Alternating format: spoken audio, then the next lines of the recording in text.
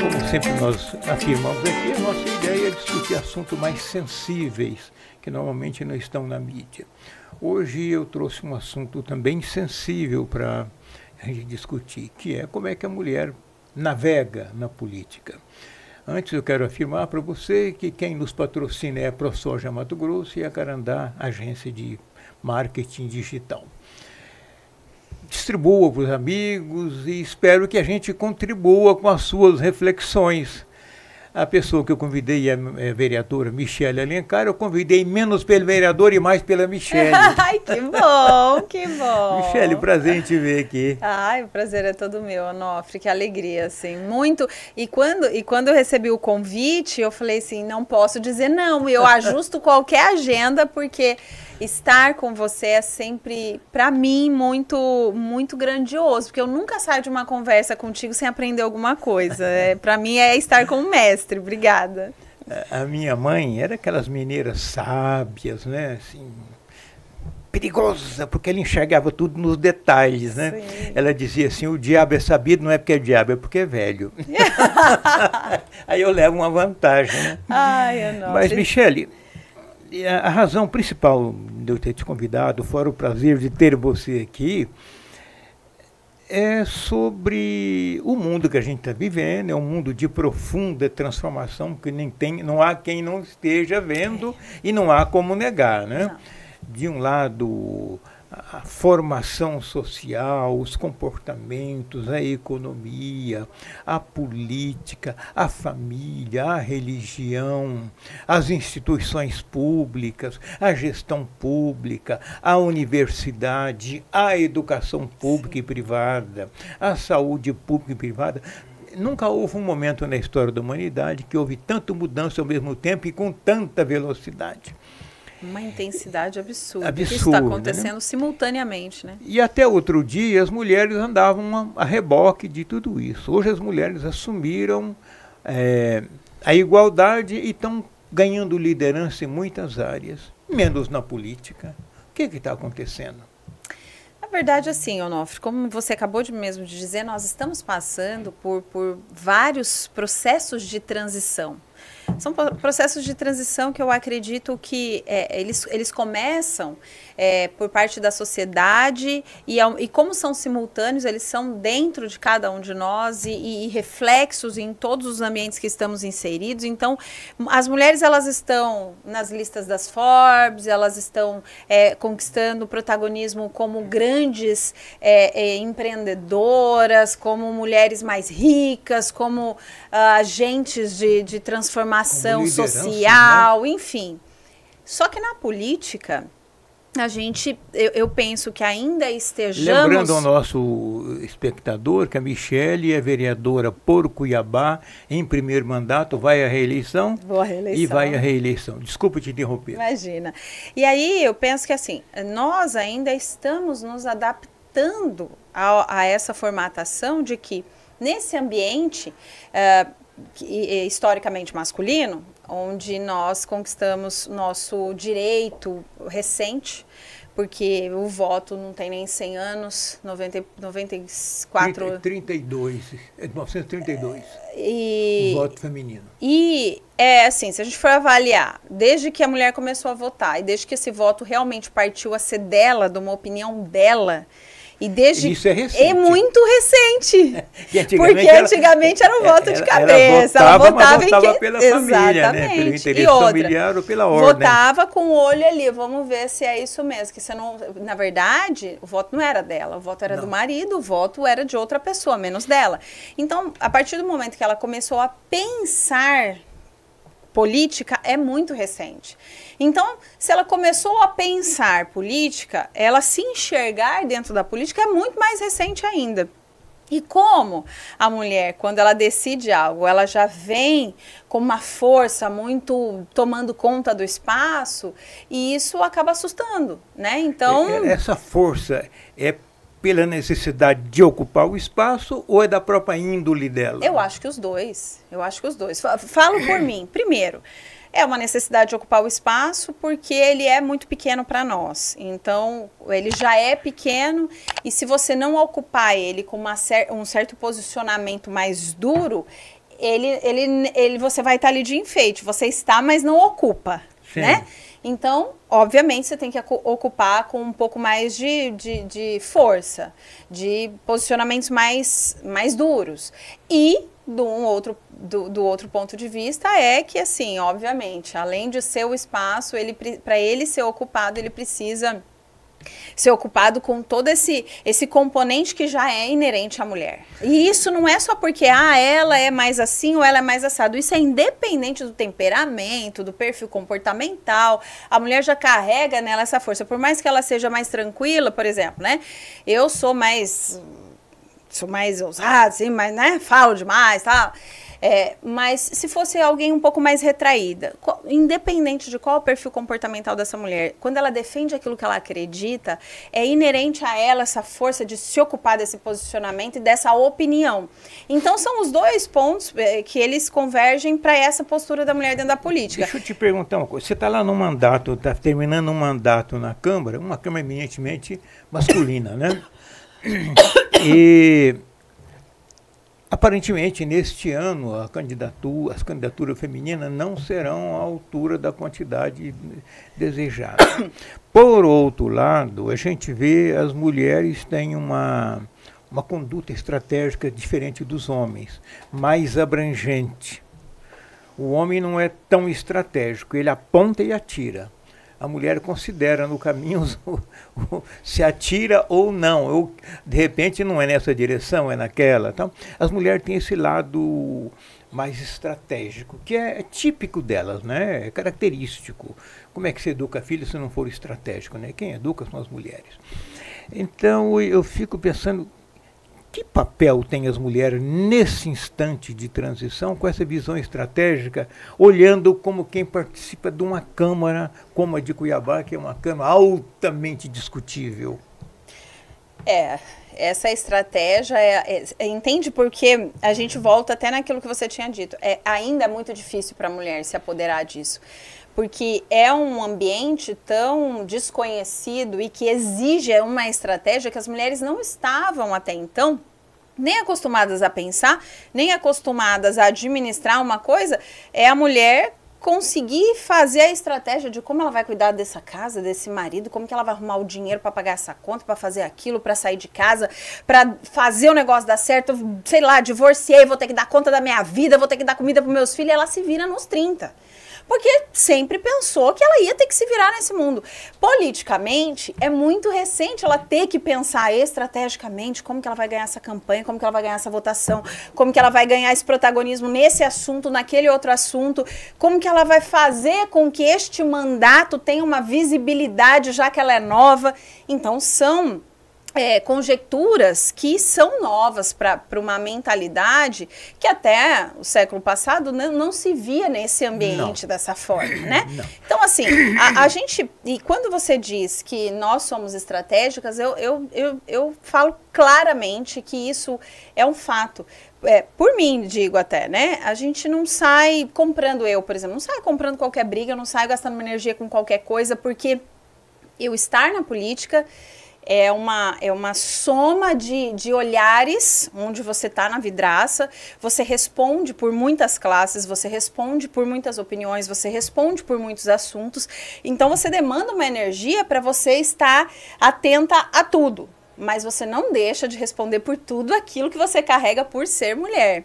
Então, você tem que caracterizar muito bem aonde você vai focar. Então, não dá para você não ser estratégico, senão você gasta toda a sua energia e você não chega ao alvo, que é realmente consolidar uma figura política coerente, segura, porque nós temos o tempo todo que provar, diferente dos homens, que nós somos aptas a representar a população. Mas na Câmara são 25 vereadores, tem 2 mulheres, né? 3. Você, a Maísa e a Edna. E a Edna. Você sente esse peso do masculino sobre o feminino? Tem, claro que tem. Tem um peso do masculino sobre o feminino, porque quando a gente fala de política, parece que é uma discussão muito mais masculina do que feminina. Então tem um peso de que mulher não é assunto de mulher, não é assunto para a mulher ficar tratando, não é...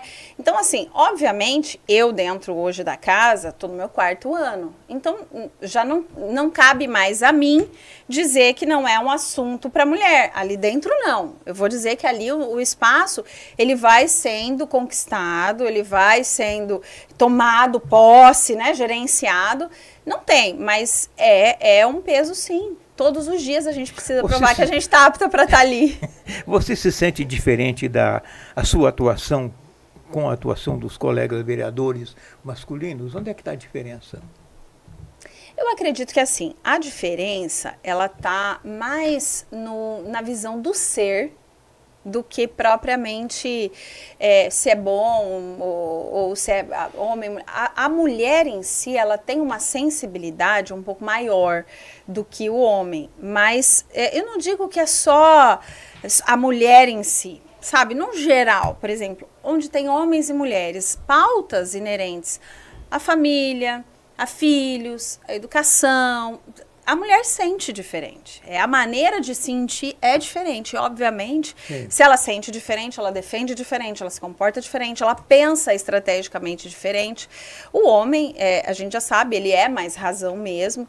A mulher, ela tem essa parte emocional mais aguçada. Então, quando a gente vai tratar de saúde, quando a gente vai tratar... E eu não falo nem só pessoas de 1º mandato ou 2º mandato.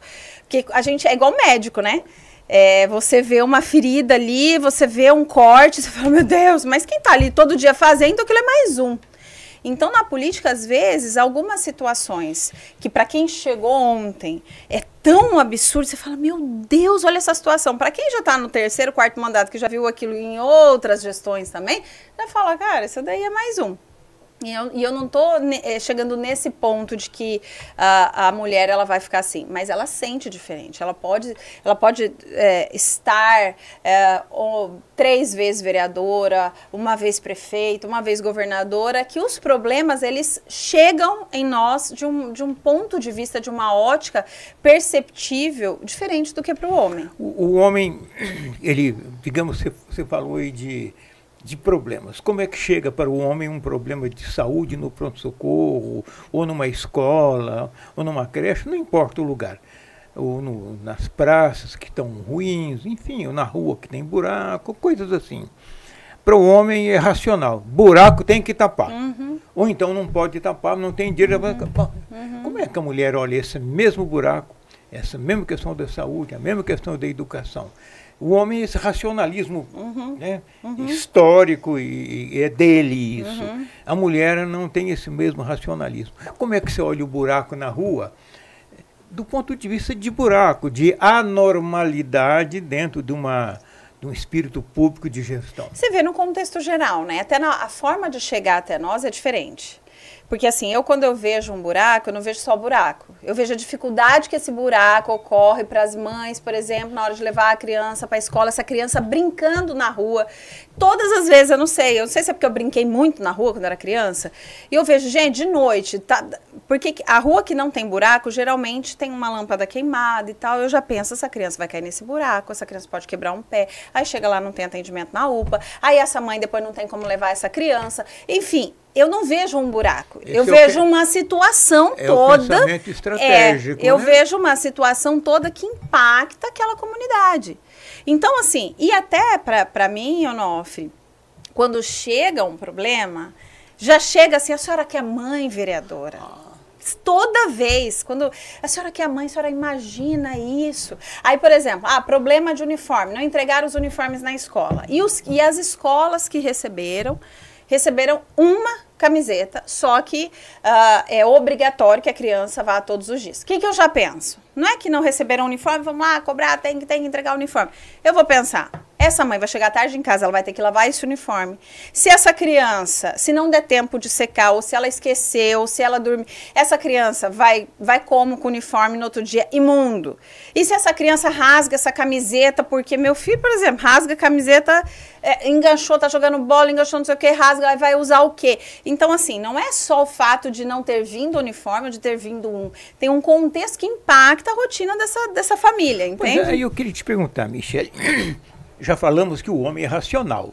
Buraco é buraco. Ou tapa ou não tapa. Convém ou não convém tapar. É mais ou menos isso, né? Uhum. Mas os problemas, no geral, eles têm implicações várias, como você acabou de dizer. Contexto, né? Uhum. As mulheres têm realmente essa capacidade estratégica. Nunca posso deixar de me lembrar da mamãe. Nós éramos 8 filhos. Papai trabalhava, ele mantinha a casa e ela fazia uma estratégia de educação e de fazer o dinheiro espichar e de arranjar solução em tudo que as mães são capazes. E ainda educar a gente, tira a mão de fio, dedo no nariz, olha, para de coçar esse saco, menino, essa coisa assim. Então, o tom da nossa casa era dado por ela. Assim como na sociedade de agora, quem está dando o tom são as mulheres, em qualquer área. Exemplo, o jornalismo é uma profissão, hoje em dia, feminina. Quando eu estudei lá atrás, jornalismo na UNB em Brasília, 17 alunos, 2 mulheres. Uau. Eu dei aula aqui no IVE, no curso de jornalismo, a última turma que eu dei aula, 34 alunos, 2 homens. O jornalismo. A magistratura hoje é masculina, o Ministério Público, desculpa, a magistratura é feminina, o Ministério Público está meio a meio, na Universidade Federal e particular também, metade do corpo docente é feminino. Quer dizer, são pessoas que estão no serviço público, a quantidade de mulher é maior do que de homens. E, no entanto, as mulheres ainda não ocuparam o espaço numa hora de transformação. Você acha que isso está fazendo falta? Tá. Obviamente está fazendo muita falta. Por quê? Fazendo falta que eu digo na política. Sim, na política, muita falta. Por quê? Porque o fato de você ter a representatividade feminina atuante, com esse olhar do todo, com essa capacidade de gerenciar a vida da família, porque igual a gente falou aqui, o homem ele olha isto, a mulher quando ela vai até um bairro, ela olha uma série de fatores que impactam e que se não forem ditos aos homens, eles entram e saem do bairro e não vão ver. Eles vão lá por algo que eles falam, eu fui direcionada a vir ver isso, então eu vim, tá registrado isso. A mulher não, ela vai, ela sai de lá com uma série de demandas e bota todo mundo doido para resolver. Em casa, com frequência, eu pergunto, Carmen, cadê meu sapato? Ela sabe onde é que está o sapato, a camisa, a cueca, a camiseta, onde é que está um aparelho de barbear, onde é que está, sabe onde é que está tudo. Eu sou essa pessoa lá em casa também. Sou. Com o marido, vale com o filho e tudo. Na política também. Quantas vezes a gente já viu vereadores apresentando os seus projetos de lei sem saber defendê-los, porque não entendem exatamente do que eles estão apresentando e que pedem para nós defendermos. Que é o contexto. Que o contexto é, por exemplo, uma mastectomia, um câncer de colo do útero. Por exemplo, eu sou presidente da Comissão de Direitos da Mulher. Basicamente, todos os assuntos discutidos lá, eu que levo. Acho que nenhum foi sugerido pelos meninos. Eu que levo. E aí, assim, vacina de HPV, não sabia como que era. Assuntos, sabe, saúde, direito e tudo. Porque eles estão focados em uma coisa. E essa visão mais ampla de como isso afeta os filhos, a família, quem leva filho para vacinar, na maioria das vezes é sempre a mulher. Sim. Quem entende como as coisas vão... Quem vai na reunião da escola. É a mãe. Então, assim, isso a gente vê. E se nós não estamos avançando como deveríamos, é porque realmente falta representatividade feminina. Aí eu quero te perguntar, e por que as mulheres não estão, se estão avançando no jornalismo, por exemplo? Hoje você vai numa entrevista coletiva, por exemplo, você sabe disso, você está lá na Câmara, 20 mulheres e 2 homens. Então, o jornalismo que era absolutamente masculino, se a gente voltar naquele tempo lá atrás, quando a mulher ainda não tinha voto, e eu sou desse tempo, as redações eram masculinas. Eu comecei no jornalismo, a redação era masculina, não era lugar de mulher. Então, era um ambiente, pé em cima da cadeira, toco de cigarro para todo lado, as mesas bagunçadas, era aquilo, coisa de homem. E hoje é feminino. A medicina é feminina hoje. Na maioria é feminina. No direito, já falamos na magistratura. na universidade, e elas não entraram na política ainda. Por que elas não descobriram a política ainda, se já descobriram em tantas áreas? Acho o jornalismo uma atividade muito machista, até agora foi dominado e mudou completamente a sensibilidade em torno. Eu acredito que, assim, é um processo que naturalmente vai acontecer, mas nós estamos ainda atrasados nesse processo por insegurança mesmo. Por insegurança das mulheres de saberem se realmente elas querem Não é isso. pressão masculina, ou é? Não, eu acho que é os dois, é tanto dos homens quanto da própria mulher. A própria mulher olha e fala assim, ai, não sei se eu quero. Entendeu? Porque a mulher, se ela quer fazer alguma coisa, ela vai. Ela quer o jornalismo, ela vai peitar e ela vai fazer. E agora a política, eu acho que é uma decisão simples. Será que eu quero isso? Será que eu quero gastar energia? Eu quero me indispor na política, do povo ficar cuidando da minha vida, eu ter que dar satisfação para todo mundo, de eu ter que abrir mão do tempo que eu tenho com os meus filhos, do tempo que eu tenho com o meu lazer, do tempo que eu tenho para ficar fazendo política para um povo, entendeu? Tem essa parcela. E tem a outra parcela que é um ambiente, ele é um ambiente que ele é desfavorável para a mulher. Ele não é um ambiente favorável, é como se o ambiente político não fosse feito para a mulher. Então, quando a gente decide, decidi, eu vou participar e eu vou fazer a diferença. É pesado. Então, não é assim... Eu falo por mim, no meu primeiro ano de mandato, eu pensei em desistir, tipo, quase todos os dias. Eu pensava assim, cara, eu não preciso disso. Eu não preciso disso, eu tenho minha profissão. Eu tenho minha vida. Eu não preciso estar passando por essas humilhações aqui dentro, tá vendo essas coisas que eu tô vendo, eu não compacto com... Então, assim... Pelo fato de ser mulher. De ser mulher, né? As coisas, elas são mais pesadas, elas são mais... É diferente. Para o homem é mais ágil, é mais rápido. Não é discriminação ou é um certo menosprezo? Eu acho que é um certo menosprezo, de tipo, a mulher não sabe, ela não vai entender muito bem isso aqui, não. Né? E assim, eu vou dizer, eu não quero pontuar algo assim, muito específico, porque é tão natural da natureza humana. O homem, a gente ainda vive numa sociedade que é assim. Sim. Então é tão natural que não é o tempo todo eles fazendo mal, o tempo todo eles menosprezando a gente. Não, é uma coisa muito natural do sistema, sabe? E se você não for forte o suficiente para você estar o tempo todo ali, se posicionando, e não falo nem brigando o tempo todo, não. É simplesmente... Cedendo muito? Cedendo, eu acho que não é nem cedendo muito, é cedendo da maneira correta, no momento correto, porque vai ter hora que você vai recuar, vai ter hora que não, mas não necessariamente brigar, sabe? É saber lidar ali. Então, esse saber lidar... Sabe quando tem aquela frasinha que fala, a carga vai se ajeitando conforme o carro vai andando ali? Então, você aprender a lidar, porque às vezes você toma uma por ser mulher, só que não é a hora de brigar. E aí você tem que recuar, só que você fica entalada aqui. E o fato de você ter engolido aquilo ali, talvez num outro momento que era a hora de brigar, você não falou da maneira errada, enfim. A mulher tá pegando o jeito de fazer política. Se você vê todas as mulheres que entraram e se posicionaram, fizeram bem feito. É uma onda, não é? Fizeram bem feito e estão lidando bem. Agora, as mulheres, elas também precisam entender que do mesmo jeito que tem um monte de homem, pode ter um monte de mulher. Sim, e não necessariamente as mulheres também estão preparadas para isso, sabe? A gente, tipo, eu quero mais mulheres, mas na hora das candidaturas irem se colocando, também é uma brigando com a outra, é uma disputando com a outra, como se fosse algo pessoal, e não pode ser algo pessoal. A mulher é muito competitiva nesse aspecto, né? O homem não se veste para competir, a mulher se veste para competir com as mulheres. Eu acho que é um avanço de pensamento mesmo. E eu imagino que a gente esteja avançando para isso, porque nessa legislatura a gente já tem candidaturas que a gente não via no passado. Eu por exemplo, eu disputei, a minha primeira eleição foi disputada em 2020. Não tinha experiência nenhuma política e tal. Meu partido há anos não fazia nenhum vereador na Câmara.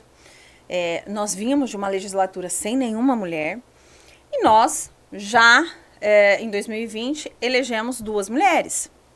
Viemos de nenhuma, elegemos 2. Meu partido não fazia nenhum vereador há mais de sei lá, 15 anos, fez uma mulher.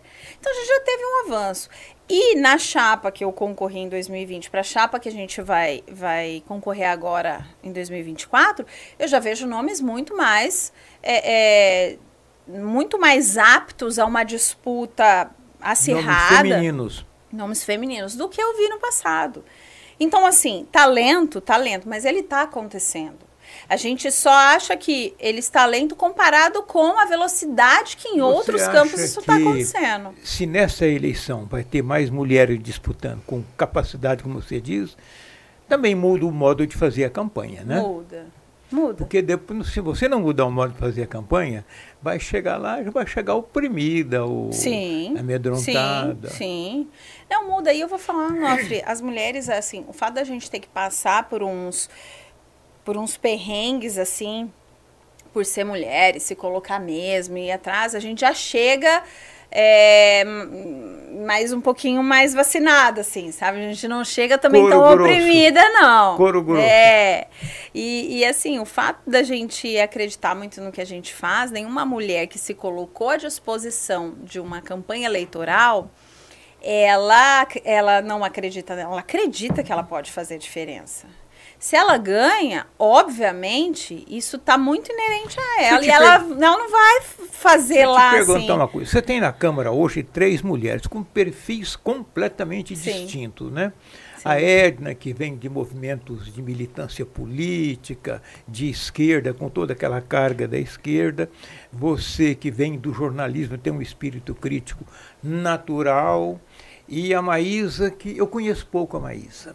Como é o perfil dela? Mas de que...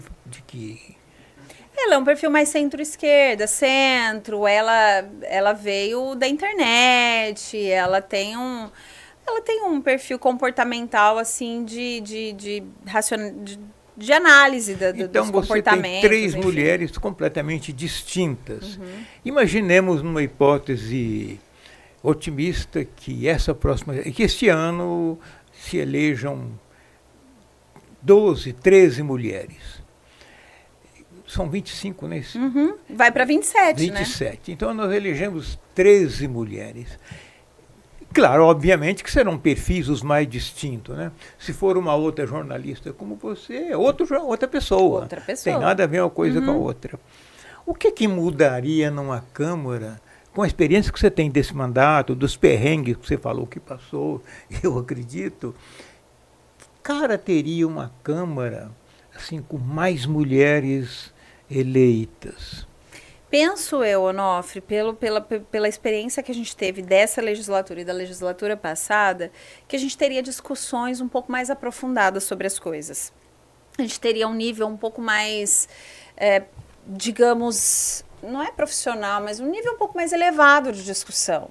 Porque nós, e aí independente do perfil dessas vereadoras ou não, nós nos empenhamos muito em trazer discussões relevantes, em fazer aquilo que realmente seja uma necessidade, desde as proposituras dentro de comissões, audiências públicas, desde sessões solenes, a projetos que são apresentados, a discussões que são trazidas dentro do plenário. Se a gente for analisar a legislatura passada, a gente tinha brigas mais assim... joga cadeira, xinga, e já é uma coisa meio que mais barraco, assim, sabe? Eu penso que se a gente aumenta o nível de mulheres que já passaram por tanta dificuldade e que já tiveram que romper tantas barreiras para estar ali, elas chegam ali querendo realmente fazer algo um pouco mais sério, assim, né? E não quero descaracterizar aqui perfil de A, B, homem, mulher, nem nada.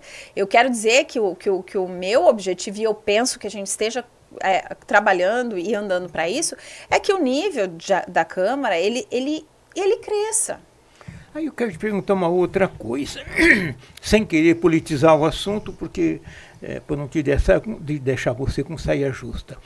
Mas nós temos uma gestão municipal que está muito contestada. Uhum. E toda vez que a Câmara tem que posicionar em relação ao prefeito, ela se posiciona mal. Apoio irrestrito. Não quer saber o que está por trás. Apoio irrestrito.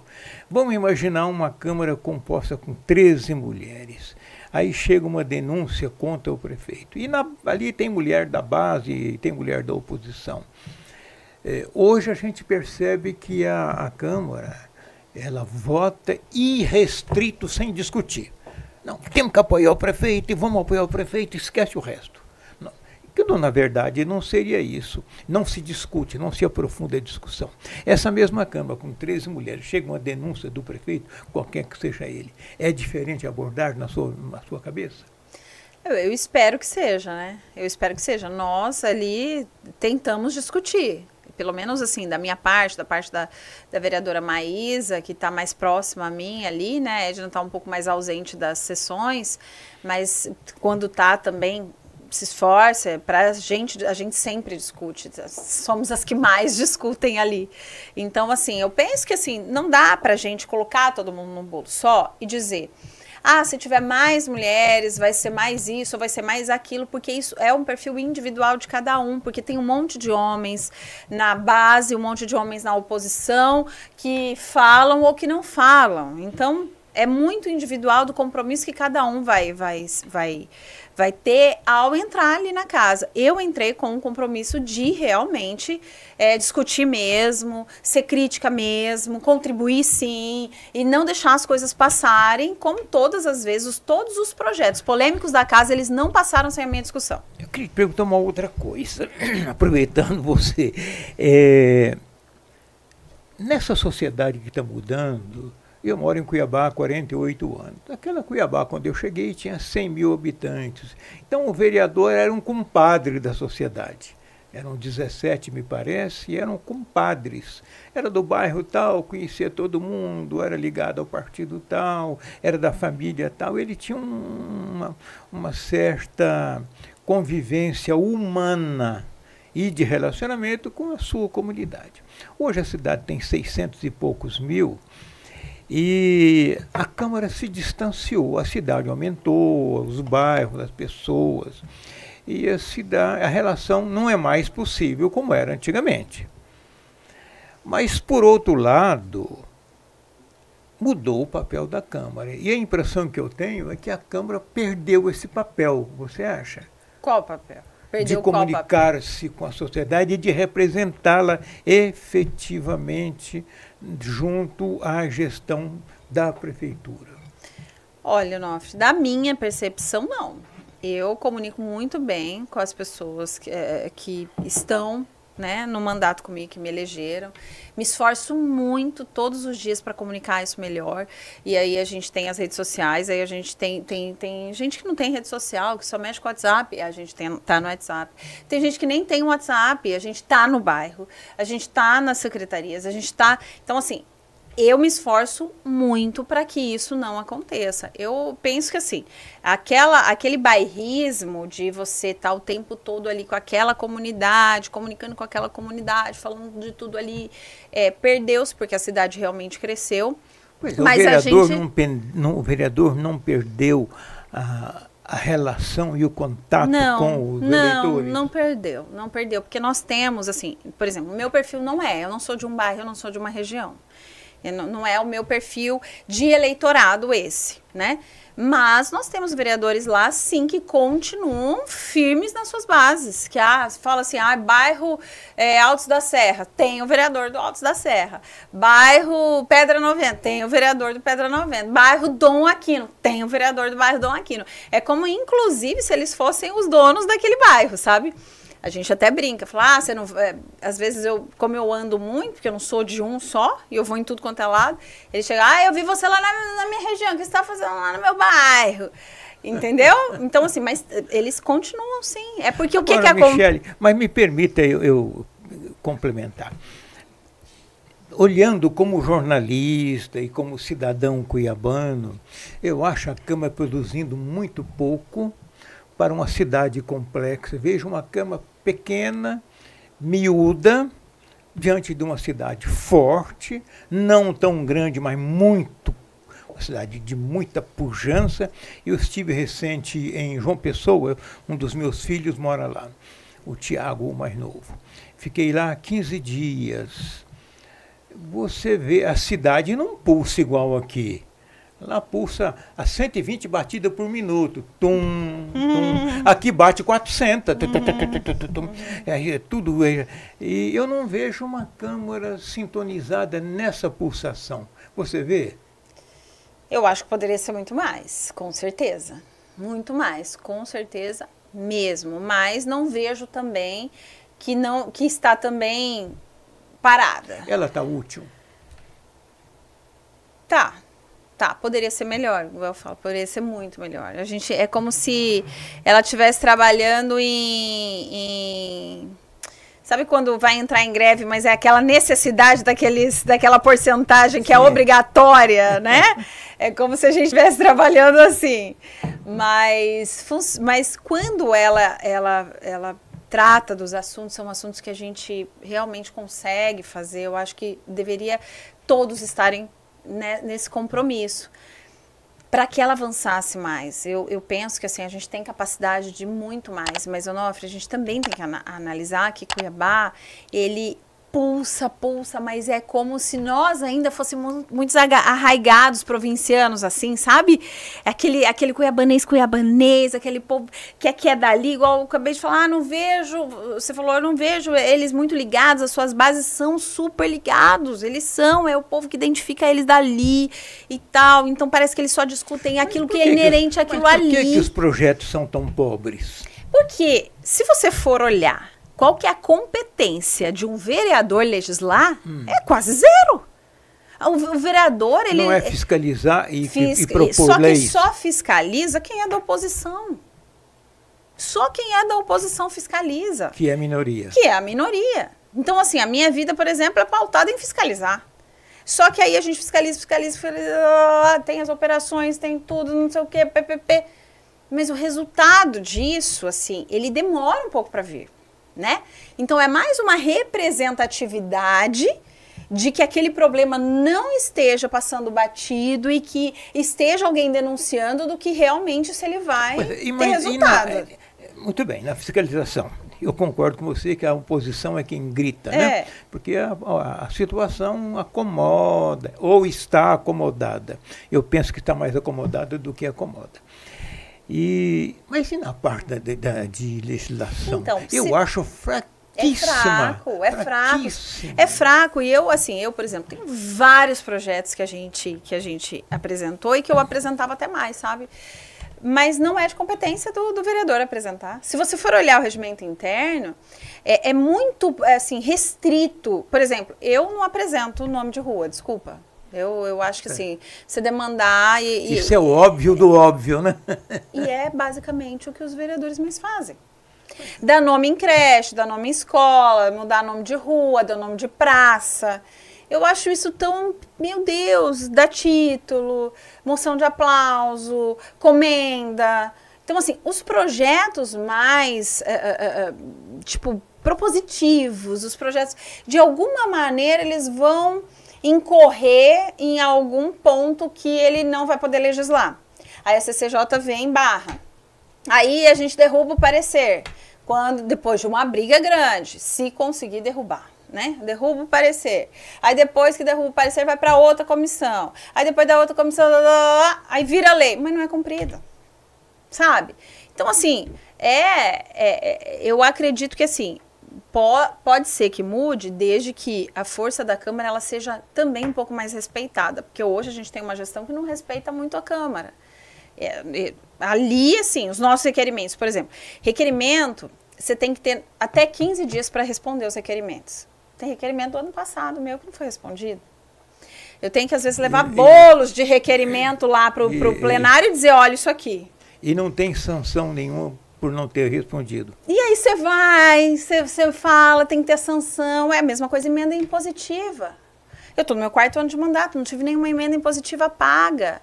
E isso é aprovado na lei orçamentária, isso está previsto no orçamento e não é pago. E aí a sanção? Isso é um crime de responsabilidade. Aí eu quero te perguntar, você não acha que aqui é um pouco mais filosófico, você não acha que é uma falência do sistema legislativo, assim como também está acontecendo uma falência do sistema executivo, do sistema judiciário? Nesse caso em particular, uma falência do legislativo? Eu acho que que é muito triste ter que falar sobre isso. Eu penso que não seja talvez uma falência, mas é quase que isso, assim, porque se a gente tem um instrumento tão forte, que é a emenda impositiva, que é onde você consegue impactar de alguma... Vamos colocar o pessoal da oposição que não tem muita efetividade nas ações, porque o executivo não nos atende, vira as costas como se fosse só nós, né? Como se não fosse a população precisando, porque quando eu indico iluminação, rua, limpeza, não é para minha casa. Estou indicando para o município do qual a gestão representa. Então, aí a falha para mim já começa toda aí. Ah, mas se eu fizer para a população, vou ajudar essa vereadora fala mal de mim, então a população que se dane, porque ela vai se danar junto. Então, assim, isso para mim não é um sistema político que funciona. Então, já começa desde a base. Ok, então você já falha ali na base, você já falha na indicação, você já falha no requerimento, você já falha na ação de entrega para a população do qual você representa como gestor executivo. Então, não é só o legislativo. O legislativo foi desconsiderado, mas a falha foi do executivo, foi a falha de uma visão política de entrega do seu gestor. Você acha que isso tem conserto? Então, aí é difícil dizer, sabe, Onofre? Eu gostaria de ser até um pouco mais positiva. Eu acho que tem conserto. Tem conserto a partir do nosso momento de visão da política. Porque, por exemplo, eu vou usar o exemplo do... Não sei se algum executivo consegue pagar 100% a emenda de todos. Pode ser que sim. Eu não conheço. Esse mundo ainda, para mim, é um pouco novo. Mas o governador Mauro Mendes não paga 100%, mas paga 80% das emendas. Inclusive da oposição. Então, tem emendas de deputados que são oposição e foram pagas. Então, então dá para fazer diferente. Dá para fazer diferente. Então, assim, como que uma oposição de 4 anos não teve nenhuma emenda paga? Se essa indicação já não é atendida, esse requerimento já não é respondido, essa população do qual esses vereadores representam já estão abandonadas, porque nada vai chegar até eles, porque tem um caminho que eles não querem que seja usado, que é o vereador, e a emenda impositiva poderia, já que ela é impositiva, chegar nesse momento e também não chega. E aí, Michele, do ponto de vista do vereador e de você que está vivendo tudo isso, vale a pena, apesar, mesmo sendo mulher e com toda essa missão, vale a pena insistir? Eu penso que a maior contribuição, inclusive como mulher, e aí eu digo para todas as mulheres, se vale a pena para mim, não sei, mas vale a pena para o processo. Eu não desisti. Para o processo político do qual eu sonho que a representatividade ela seja para todos, ela chegue, independente se eu sou oposição, base ou não, se a minha voz ela vai ser uma voz que realmente vai ter peso, ela vai ter que permanecer falando até que ela seja ouvida. Sabe? Então, assim, hoje, talvez, os meus requerimentos, as minhas indicações, as minhas emendas, elas não são atendidas. Mas se eu parar de falar, aí nunca haverá esperança de que uma mudança vai acontecer. Então, por isso a importância de continuar e dizer assim, ok, você não vai atender, prefeito, beleza, mas essas pessoas vão saber que existe uma vereadora que vai continuar dizendo que o problema não está neste poder, mas neste poder aí. Então, que troque-se ele e não aqui. A gente não vai deixar de falar. Porque, assim, se não valer a pena, aí deixa, inclusive, de ser o legislativo. Porque no legislativo a gente realmente está ali para falar mesmo, para comunicar os problemas, para dizer aonde está a deficiência. Você está falando de uma construção, então. Isso. Uma construção de método. Sim. Sim, porque as pessoas até hoje, Onofre, não sabem ainda tão claramente discernir os poderes, né? O legislativo do executivo. E se eu no legislativo me cansar de cobrar, me cansar de falar, me cansar de denunciar, me cansar de fiscalizar, me cansar de dizer assim, gente, é um absurdo isso que estão fazendo, não vale a pena, eu inclusive vou estar descaracterizando todo o processo legislativo. Porque no legislativo a gente tem que fazer isso sim. Michele, caminhando para o nosso final, Você é casada com o Jefferson, que é tão jovem quanto você. Então. Obrigada. Você joga nas costas dele muita carga? Não. Não compartilha com ele as suas dores? Compartilho, mas não jogo essa carga. Ele não deixa. Ele não deixa. Como dizia o pessoal antigo, problema seu. É assim, eu sou intensa demais, né? Então eu penso 24 horas em política, eu durmo pensando em política, acordo pensando em política, ainda mais. E aí, às vezes, eu chego naquela toada minha em casa, elétrica, pilhadaça, e falando, aí ele fala assim, para, vereadora, deixa minha mulher chegar em casa, cadê ela?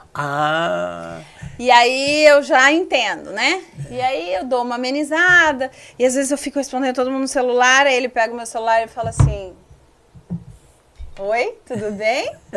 Que tal a gente ir pra casa agora? Então, a gente já tá em casa, ele fala, chega em casa.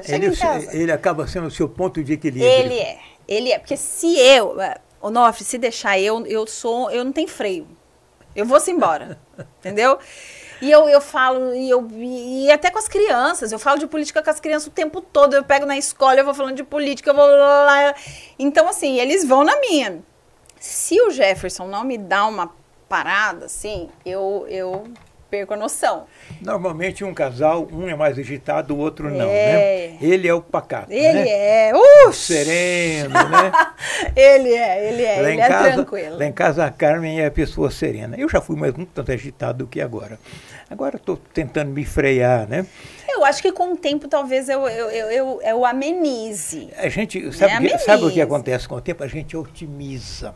Né? Eu continuo o mesmo jeito competitivo e era agressivo, agora não mais, mas eu otimizei tudo isso, e então eu não trago você aqui para comprar briga com você, eu quero tirar de você. O que eu penso sobre política é uma coisa, o que você pensa, eu quero saber o que você pensa, porque muita gente quer saber o que você pensa. Antigamente não, ia para o pau. A gente jovem, a gente é mais assim, consequente, a gente então, quer a nossa hoje opinião a gente a qualquer custo, né? vai otimizando, né? Mas se vamos dizer que você tivesse 45 anos agora, e lembrando que você aos 30 estava na Câmara como vereadora e tal, como é que a Michele de 45 olharia a Michele de 30? Você tem 35? Eu tenho 40, vou fazer 41 agora esse então mês. Vamos pegar 41. A Michele de 50. Pegar a Michele de 50 olhando para a Michele de 40, vereadora. Como é que ela olharia? Olhar com um olhar crítico, assim, de censura? Não. Ou dizia, menina, você...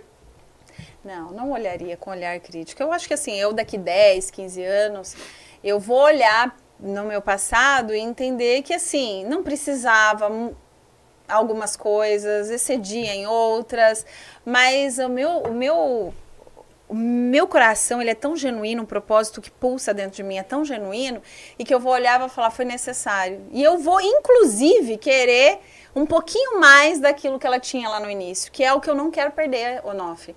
Eu quero, todos os dias eu falo pra mim, eu não posso perder o que me move. Porque a gente vai aprendendo, a gente vai ficando casca grossa para um monte de coisa, a gente vai aguentando paulada para um monte de outra coisa, a gente vai aprendendo a lidar com as pessoas sem levar pro coração, sem fazer aquela coisa. Na política a gente aprende que a gente não pode fazer política com figa, e tal. Você vai amadurecendo. Você vai ficando mais equilibrado, você vai ficando mais democrático. Mas eu falo, eu não quero perder o que me move. Porque o que me move é essa paixão de saber que o fato de eu estar aqui, ele tem uma causa, que é poder contribuir. O dia que eu deixar de achar que eu estou aqui para servir, porque às vezes a gente chega num patamar na política que é tão vaidosa e tal, você só quer ser servido. E eu falo, Deus, não me deixa perder a minha essência de que eu estou na política para servir. Então, se em algum momento daqui 10, 15 anos eu olhar para aquela menina que começou lá, é bom eu só avaliar, será que eu estou mantendo aquele coração? Porque é aquele coração que eu quero, de servir, de saber que eu estou aqui para isso, de que eu estou aqui... Pois é, e essa menina aos 50 anos, ela vai estar, vamos resumir pela passagem política, ela estará feliz? Pela vida pessoal, eu imagino que sim, que você é uma pessoa ajustada. Tem um bom casamento, tem os filhos, né? Tem uma profissão, onde você fez sucesso. mas é da política, que é o nosso tema de agora. Aos 50 anos, a Michele, a menina de 50 anos, ela vai estar Penso que se eu estiver com 50 anos na política, eu vou estar feliz, porque se eu não estiver feliz, eu não preciso estar lá. Mas e se você não estiver na política, olhando para os tempos da política? Dá para eu não estando na política? É. Eu não estando na política e olhando para lá, você acha que... Qual vai ser meu sentimento? Eu vou querer estar na política de novo ou não? Não. Você estará feliz por ter estado lá e feito o que fez? Ah, pela marca que eu deixei na política? Isso. Eu acho que sim, porque tudo que eu fiz foi com intensidade, foi com o meu coração. E, por exemplo, eu tenho um mandato para eu dizer. Tenho 3 anos e meio, né? Porque a gente está em final de abril, quase iniciando maio. Então, 3 anos e pouco. Nesses 3 anos e pouco de política, que toda a minha vida política, Onofre, se resume em 3 anos e pouco. É muito pouco. É muito pouco. É muito pouco. Muito então, pouco. assim, nesses 3 anos e pouco de conhecimento, de vivência, de entrega política, para mim, a minha avaliação é muito positiva. Para a gente concluir, você, o que diria para as mulheres que estão, como disse você no começo, não é isso, não quero saber disso, não é para mim, não me interessa, eu não preciso disso. Mas nós dissemos aqui também que o mundo está precisando das mulheres mais do que nunca, pela visão estratégica. E numa hora de mudança, então, ninguém muda sem estratégia, né? E a estratégia masculina é muito realizadora no sentido racional. Tem que ir, eu vou. Depois eu vejo o que a gente faz com os resultados, né? A vida inteira, a civilização foi construída assim, guerras, etc, etc, etc. Hoje está se provando que isso não é mais o melhor caminho. O que você diria para as mulheres com relação à política nesse instante de transformação e com a visão estratégica que elas trazem dentro de si mesmas? Eu acho que assim, a gente está passando por um momento de muito autoconhecimento, né, Onofre? A sociedade, ela está buscando o autoconhecimento como nunca antes. Sim, então, para todas as concordo. mulheres que buscam o seu propósito, que buscam entender qual é o sentido da vida, primeira coisa é você realmente buscar com tamanha intensidade dentro de você, e você vai entender que a partir do momento que você se autoconhecer, encontrar o seu propósito, você vai entender que não tem como você dissociar a tua vida da política. Porque tudo que envolve a nossa vida tem uma decisão política impactando ela. Foi Sócrates que disse que o homem é um animal político. Então, assim, há 4.000 anos para atrás. as mulheres que por muitas vezes disseram, não quero me envolver com política, eu não quero esse mundo para mim não, só tem isso, só tem aquilo, só tem coisa ruim, só tem bandido, só tem corrupto e tal. Eu quero dizer, se tem só isso, é porque muito tempo nós deixamos de discutir isso e de se envolver com isso. Então é hora de você olhar para si e entender qual é o meu propósito de vida. Eu quero deixar uma marca, porque todo mundo, Onofre, ao ir embora daqui, sonha em ter deixado algo positivo para esse mundo. O chamado legado. Qual é a pessoa que você vai conversar e ela não vai ter o sonho de ter deixado uma marca, um legado aqui para os seus filhos, ou alguém te lembrar como algo positivo que você tenha deixado na sociedade? E isso passa pelo seu comportamento político, seja como agente mesmo propositivo, você na condição de candidato, você na condição de vereador, deputado, prefeito, ou você na condição de alguém que apoia e faz isso acontecer a partir daquilo que você acredita também, porque você só se associa com quem você acredita. Eu só quero dizer, mulheres precisam estar envolvidas no processo político. Precisam ser as mulheres que vão, sim, para as reuniões, que vão levantar bandeira, que vão falar dos seus candidatos com convicção, que vão dizer, eu tenho uma postura para este lado ou para este lado, eu tenho uma opinião sobre isto, eu acompanho isto. E aí tem até uma pesquisa que diz que o ambiente mais favorável, onde as mulheres mais se envolvem com política, é o ambiente virtual. Por quê? Porque as mulheres ainda se sentem inseguras no físico. Mas no ambiente virtual, são elas que participam mais da política. Então, é sair do ambiente virtual e dizer assim, estou apta a fazer as discussões aqui no real, estou apta a me colocar como uma opção, e se esse não for o meu momento de opção, que eu vou me colocar, eu vou estar ao lado de alguém que eu quero fortalecer o meu posicionamento político. Então, assim, se esse contexto de autoconhecimento, de propósito, de vida, você quer ter filho? Então você vai saber que a política impacta no teu filho. Não quero ter filho, vai impactar na tua profissão. Não quero morar no Brasil, mas tenho minha família no Brasil, vai impactar na tua família, ou seja, toda toda a nossa vida vai ter um peso político e se eu não participar desse processo, eu simplesmente serei refém de quem participa. Repete essa frase. Se nós mulheres não participarmos da política, nós seremos apenas refém de quem participa. Então, nós precisamos participar. Michele, obrigado. Não vou falar mais nada aí depois dessa frase. Eu acho que ela resume a nossa conversa, né? É verdade, é verdade. Michele, prazer enorme ter você aqui. Uma ótima conversa, construtiva, tranquila. E nós não brigamos. Jamais brigaria com você, Onofre. Eu não brigaria, porque eu tenho uma grande admiração. Obrigado. E eu sei discernir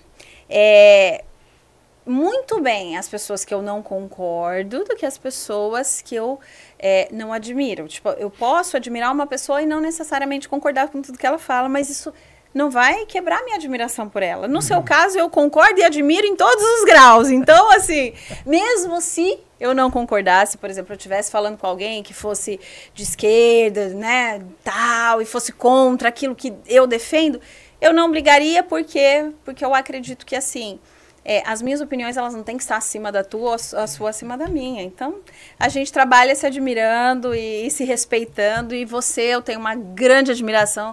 Agradeço imensamente por estar aqui e pelo convite. Obrigado, eu agradeço pela conversa maravilhosa.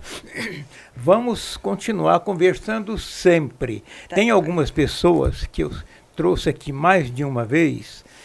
Quando eu estou com uma grande dúvida, eu sei a quem eu procurar. Se já veio que uma vez ou duas, não interessa. Vou incluir você nessa lista para gente... Que honra minha, que honra minha. Nós concluímos o Onofrecast de hoje, vai ao ar na quinta-feira, às 20 horas, no canal Onofrecast, e no YouTube, na internet. E espero que você goste, nos assista. Quem nos patrocina aqui é a ProSoja, Mato Grosso, e a Carandá Propaganda, Carandá Marketing Digital. Nos vemos na próxima quinta-feira. Até lá.